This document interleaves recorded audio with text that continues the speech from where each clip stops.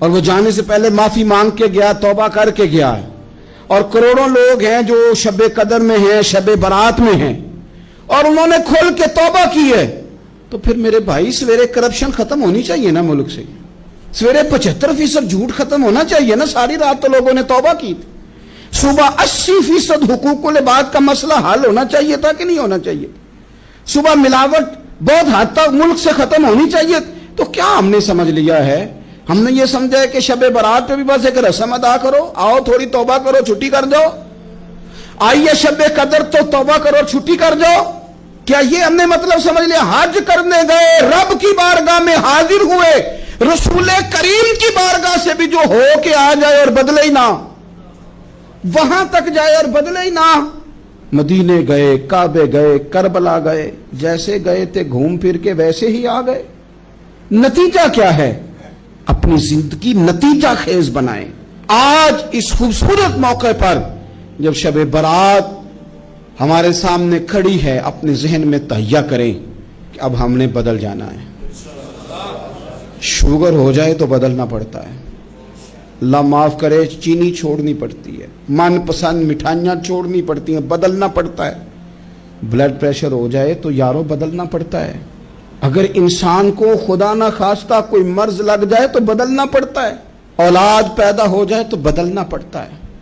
گھر میں بیٹیاں پیدا ہو جائیں تو بوڑھے باپ کو بدلنا پڑتا ہے. بال سفید آ جائیں تو پھر بھی تو بدل جانا چاہیے نا. انسان کی عمر 40 سال ہو جائے تو پھر بھی تو بدل جانا چاہیے. شب برات پہ توبہ کرے تو پھر بھی تو بدل جانا چاہیے. اب بدل جائیں، اب ہم بدل جائیں. اب نہ درد ہوتی ہے، گاڑی میں بیٹھیں تو کمر پہ درد ہوتی ہے. اب ہم بدل جائیں. اب لوگ بتاتے ہیں تیرے بال سفید ہونے لگ گئے. اب ہم بدل جائیں. اب لوگ ہمیں کہتے ہیں بچے جوان ہو گئے. اب ہم بدل جائیں نا یارو. اب لوگ ہمیں کہتے ہیں کہ اوہو، اب تو آپ اٹھتے وقت زمین پہ پہلے ہاتھ رکھتے ہیں پھر اٹھتے ہیں. اب بدل نہ جائیں.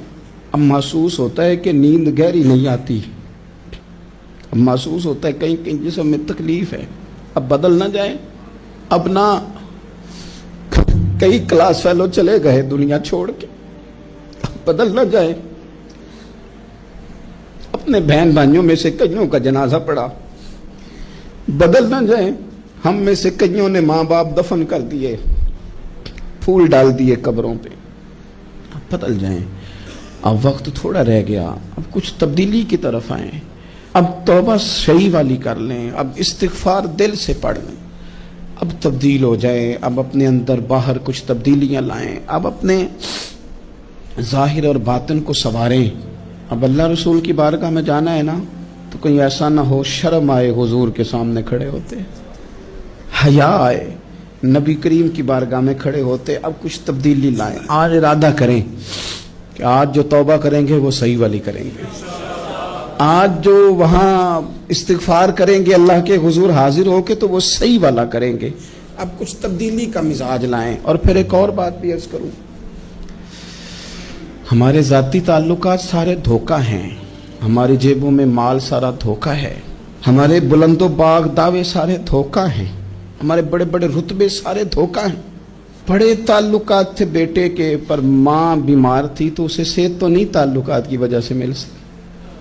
بڑے تعلقات تھے نا بیٹے کے، لیکن جب بیماری زور پکڑ گئی تو پھر کیا کر سکا کوئی. بڑے تعلقات تھے، بڑا پیسہ تھا جیب میں، بڑا کچھ تھا، لیکن جب جناب اسرائیل آئے تو پھر کوئی کچھ بھی نہ کر سکا. پھر اپنے رہ گئے اور جس کو جانا تھا وہ سب چلے گئے. تو یہ جتنی چیزیں ہیں نا یہ کچھ نہیں ہیں، یہ دھوکہ ہے. سچ صرف اللہ رسول کی ذات ہے، حقیقت صرف دین ہے، اصل صرف وہ بارگاہیں ہیں. دھوکے میں نہ زندہ رہو. چھوڑ دو یہ بات کرنی کہ بڑے تعلقات ہیں. چھوڑ دو یہ بات کرنی کہ بڑا پیسہ ہے. چھوڑ دو یہ بات کرنی کہ برادری قبیلے علاقے میں بڑا، اور کچھ بھی نہیں ہے. کل من علیہ فان، ہوئے نامور بے نشاں کیسے کیسے. دیکھو زمین کھا گئی، نوجوان کیسے کیسے. میں مولانا نورانی کی قبر پہ کھڑا تھا تو تو میں کہہ رہا تھا مقدور ہو تو خاک سے پوچھوں کہ اے لئیم تو نے وہ گنج ہائے گرا مایا کیا کیے؟ اتنے بڑے لوگ تو لے گئی، اتنے بڑے لوگ قبروں میں کدھر گئے؟ سلطان محمود غزنوی کہاں ہیں؟ شہاب الدین غوری کہاں ہیں؟ وہ لوگ جو میدانوں میں آ کے صرف ان کا نام لیا جاتا تھا تو دنیا کانپ جاتی تھی، وہ کہاں گئے؟ اٹھ گئے سب لوگ، چلے گئے، ختم ہو گیا معاملہ۔ وقت اب ہماری طرف بڑھ رہا ہے، اب تیزی ہے، اب پیغام اجل آیا، کئی ہمارے ارد گرد سے اٹھا کے لے گیا، اب ہمیں بھی تو واپس لوٹنا ہے نا، تو کچھ تیاری کر لیں، کچھ ارادہ کر لیں۔ اور بارگاہ رب رسول کی اس طرح کی ہے کہ بس جانے کی دیر ہے، بس صرف جانے کی دیر ہے، صرف جانے کی۔ اور اللہ رسول کی بارگاہ دوستو وہ والی ہے کہ جہاں نا زیادہ منت بھی نہیں کرنی پڑتی۔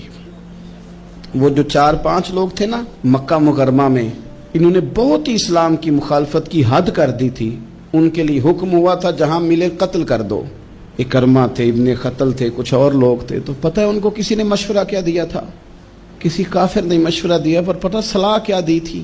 اس نے کہا تھا تم نے بڑی زیادتیاں کی ہیں، بڑے بے ادب ہو، کسی صحابی کے قابو نہ آنا، مار دیے جاؤ گے، اپنی خطاؤں کے سبب سے تم مار دیے جاؤ گے، لیکن اگر کسی طریقے چھپتے چھپاتے رسول پاک کی بارگاہ میں پہنچ جاؤ نا، اگر وہاں کسی طریقے چلے جاؤ۔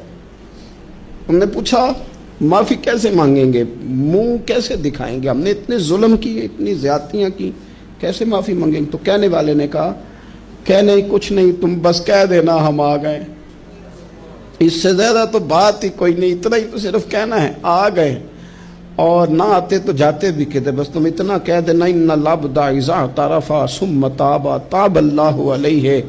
نبی کریم علیہ السلام نے فرمایا بندہ جب آ کے کہتا ہے نا یا اللہ میں بھول گیا تھا، غلطی ہو گئی، ان العبد اذا اعترف، مان جو گیا ہوں، غلطی ہو گئی، جب کہتا ہے نا میں بھول گیا، ثم تاب، پھر وہ توبہ کرتا، تاب اللہ علیہ، اللہ دیر کرتا ہی نہیں، فوراً توبہ کو قبول فرما لیتا۔ ہمارے ہاں نا کچھ لوگ تو طبعاً سخت ہیں، اللہ معاف فرمائے، اور کچھ رد عمل کے طور پر سخت ہو گئے، کچھ باتیں دلوں میں بیٹھ گئی ہیں جنہوں نے طبیعتوں کو سخت کر دیا ہے۔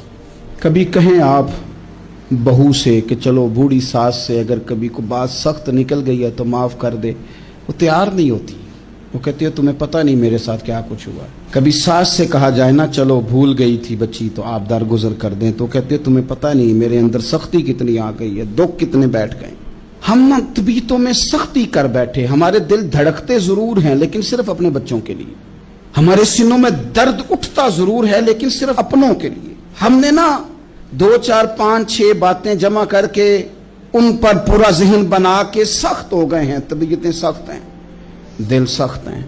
میرے نبی پاک صلی اللہ تعالی علیہ وسلم نے فرمایا، یہ حدیث مسلم شریف میں موجود ہے، فرمایا جنت میں وہ لوگ داخل کیے جائیں گے جن کے دل چڑیوں کی طرح نرم ہیں، نرم دل کے لوگ، معاف کر دینے والے، جلدی مان جانے والے۔ ایک صاحب تھے اپنے بھائی سے ناراض ہو گئے اور انہوں نے رشتے سے انکار کر دیا، پہلے ان کے بیٹے کی وہیں پہ نسبت تھی، انکار کر دیا۔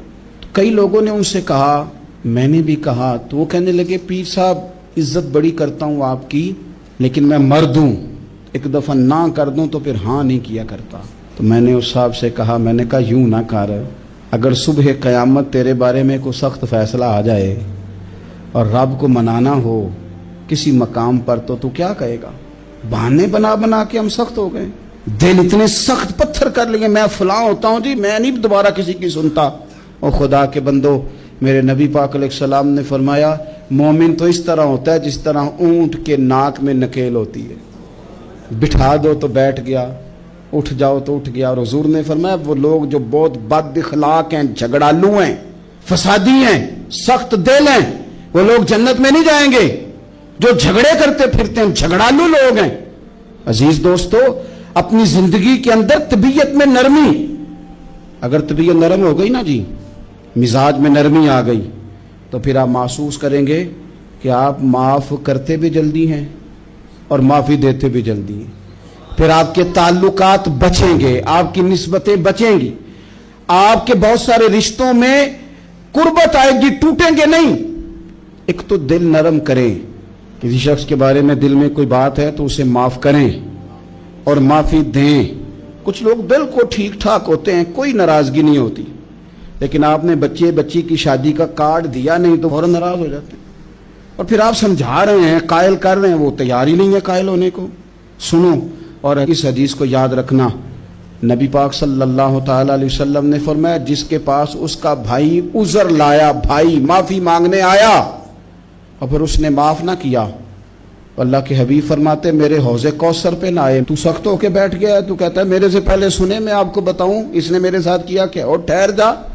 اگر حساب کتاب کے بعد معافی والا اصول رکھ لیا جائے کہ پہلے حساب کتاب ہوگا، غلطیوں کا مداوع ہوگا، پھر معافی ہوگی، تو یہی حساب اگر رب کریم بندوں کے ساتھ کرے تو پھر میں اور آپ کدھر جائیں گے؟ تو اس سادی بات پہ آ جاؤ نا، تو دو جملوں میں حضور نے سمجھائی ہے، فرمایا تم رب کے بندوں کو معاف کر دو، اللہ تمہیں معاف کر دے گا۔ تو آج کی شب سے پہلے، آج کے دن سے پہلے، رمضان المبارک کے تشریف لانے سے پہلے اپنی طبیعت کے اندر ایسا ذوق لائیں، ایسی طبیعت لائیں کہ ہم نے معافی دینی بھی ہے اور معافی لینی بھی ہے۔ بعض اوقات ہم رسم ادا کرتے ہیں شب برات سے پہلے، یہ سوشل میڈیا پہ چل گیا، فلانے کو فلان کہہ دیا، اگر کوئی کبھی ہوئی نا تو معاف، ایسے تو نہیں نا معافیاں ہوتی۔ ہمیں پتہ ہوتا ہے ہم سے کون ناراض ہے، ہمیں خبر ہوتی ہے ہم نے کس کو تکلیف دی، ہمیں پتہ ہوتا ہے کس نے ہمارے لہجوں سے پریشانی پائی ہے، کون ہے جو ہماری وجہ سے اذیت کا شکار ہے، تو اس سے جا کے معافی مانگے، تو یہ چیزیں معافی کا سبب بن جائیں گی۔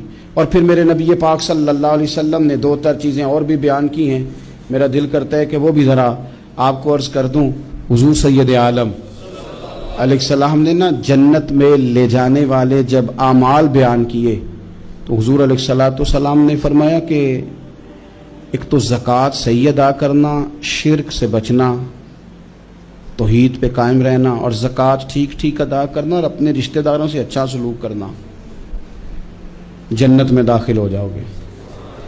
یہ جو ہمارے زیادہ قریبی لوگ ہوتے ہیں نا، ان کا حق بھی شریعت نے زیادہ رکھا ہے، اور یہ بعضوں کا تکلیف بھی زیادہ دیتے ہیں۔ لیکن میرے عزیز ایک بات سمجھ لیں اچھی طرح سے اور اپنے دل میں بٹھا لیں، میں نے درجنوں بار کہی ہے، پھر کہتا ہوں، اللہ تعالیٰ نے جو خاندان میرے لیے پسند کیا ہے نا، مالک نے مجھے وہاں پیدا کیا ہے، اللہ نے میرے لیے پسند کیا ہے، وہ مجھے بھی پسند ہونا چاہیے، اور جو ماموں اللہ نے میرے لیے پسند کیا ہے وہ مجھے بھی پسند ہونا چاہیے۔ انسانوں کے اندر کمزوریاں بھی ہوتی ہیں، خوبیاں بھی ہوتی ہیں، لیکن ہمارا یہ مسئلہ بن جاتا ہے کہ ہم نہ صرف کمزوریوں کو ڈسکس کرتے ہیں، خوبیوں کا تذکرہ کرتے ہی نہیں، اپنے مزاج کے اندر اس بات کو آپ نے پیدا کرنا ہے۔ آج ایک اور ارادہ بھی کریں، ایک اور اپنے ذہن کے اندر بات بھی زیادہ شوق کے ساتھ پیدا کریں۔ آپ یہ کوشش کریں کہ اپنی صلاحیتوں کو دیکھیں کہ آپ میں کیا خوبی ہے، بولنے کی ہے، لکھنے کی ہے، مال خرچ کرنے کی ہے، کسی کو پیغام دینے کی ہے۔ مسجد نبوی شریف میں ایک بی بی صرف جھاڑو خالی دیتی تھی، بیمار ہو گئی تو سرکار تیمارداری کرنے گئے، اور صحابہ نے حضور کو اطلاع دیے بغیر تدفین کر دی، جنازہ پڑھا دیا، تو حضور نے قبر پہ کھڑے ہو کے دوبارہ جنازہ پڑھایا۔ اپنے وجود کو بیکار نہیں رکھنا، اس سے کوئی کام لیں۔ اللہ فرماتے ہیں افحسبتم انما خلقناکم عبثا وانکم الینا لا ترجعون، فرمایا تم کیا سمجھتے ہو ہم نے تمہیں بیکار پیدا کیا ہے، اور کیا سمجھتے ہو تم نے لوٹ کر ہمارے پاس آنا نہیں؟ ایک ذرہ بھی تو بیکار نہیں ہو سکتا، لہذا میں کسی شخص سے بیزار نہیں ہو سکتا۔ اپنی اس صلاحیت کو ضائع نہ کریں۔ ہم نہ بہت سارا وقت ضائع کر رہے ہیں، ادھر ادھر موبائل کھول لیا، دیر تک فلانی چیز دیکھی، پھر فلانی دیکھی، پھر فلانی بحث کی۔ تو اپنے آپ سے نہ کچھ کام لیں، کچھ خدمات کریں۔ ہم زیادہ وقت لوگوں کا انٹرویو کرنے میں ضائع کرتے ہیں، دوسروں کی تفصیلات حاصل کرنے میں وقت ضائع کرتے ہیں، لوگوں کا دھیان رکھنے میں وقت ضائع کرتے ہیں۔ آج کے بعد اپنا دھیان رکھنا ہے، اپنی صحت کا دھیان رکھنا ہے، اپنے معاملات کا اپنے اوپر تھوڑی توجہ دینی ہے۔